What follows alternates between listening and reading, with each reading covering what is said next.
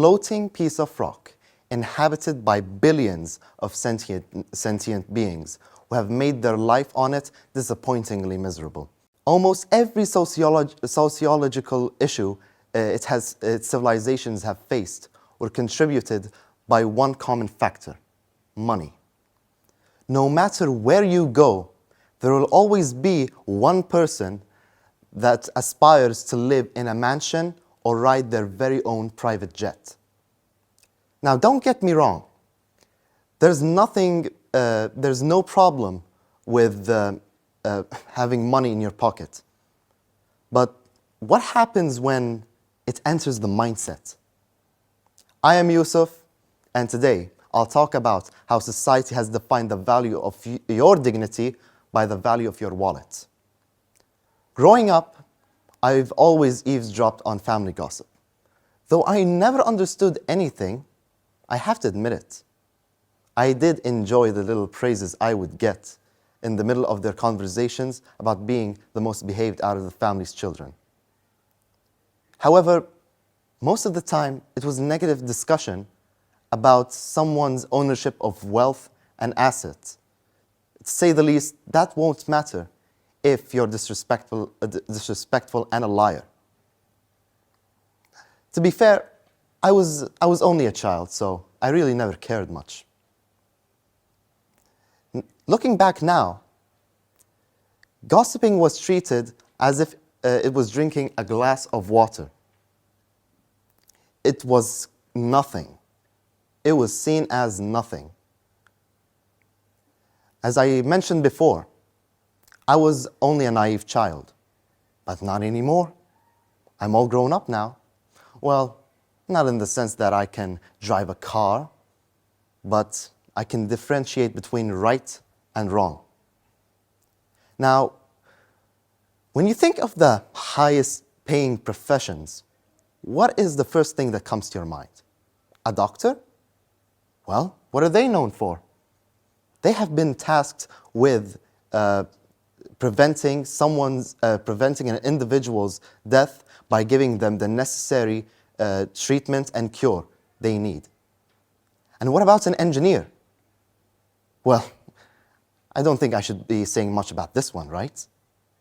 Every roof that covers a room, every road paved for you, every building from which a community benefits from, it was all them. However, there are people that want to dwindle those actions for the sake of being emphatic on their salaries. I once attended a dinner party with my mother. My brother and I were the only kids there, whilst everyone else was just a middle-aged woman. Now, that happened to be the day I forgot my phone, to which then I had to resort to my usual eavesdropping. But this time, I listened really carefully. The group that was sitting next to me were gossiping about how one of them had their daughters wed to a doctor. This bothered me because they have, the entire time, they have been discussing his wealth and his ownership of assets, not even mentioning his character or his occupation itself.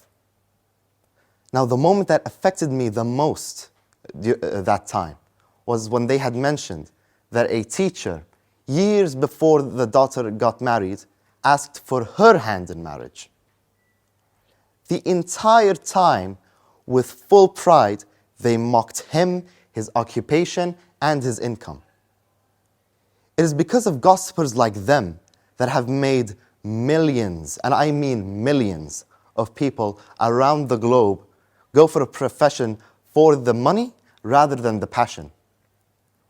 Today, we live in a world where you could be preserved from poverty if you just do a lazy or immoral job. Now, one of these jobs that falls into these categories is owning a nicotine product business. These quote-unquote businessmen make more money than the average engineer does.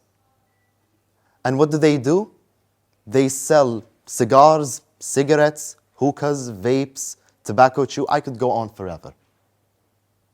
It is because of them the cases of cancer have soared high in the past decade. Now you tell me, who deserves their hard-earned salary more? These nicotine shop owners or the dedicated engineers? Due to how education has become more of a privilege than it is a right, we have often associated great wealth with great intellect.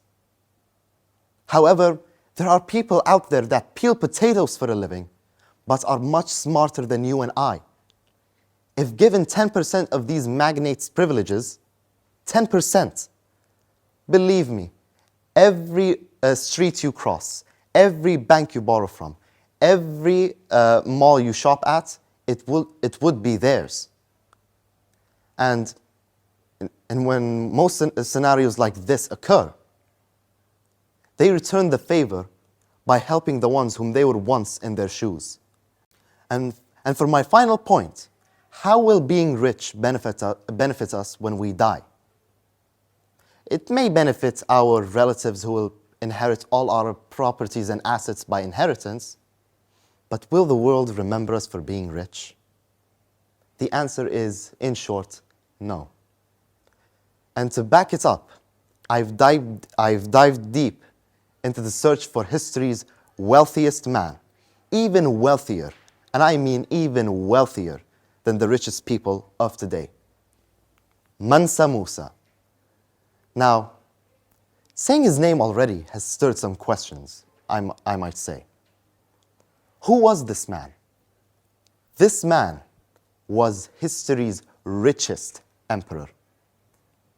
It was even said that when he had passed by villages on his way to his pilgrimage to Mecca, he had donated sacks of gold, sacks and sacks of gold, which resulted in the collapse and crashing of the economy of these villages due to how abundant gold had become. A man so rich, any pauper that decides to hide under his shade will earn enough to feed and clothe his entire family till the end of the third generation after him. But although he is renowned by a few historians for his philanthropic deeds and his great wealth, I might say, the general public do not know who he was. Now, but to emphasize even more, the general public do not know the name of the empire he ruled, the Mali Empire. And now, in conclusion to what I have just said,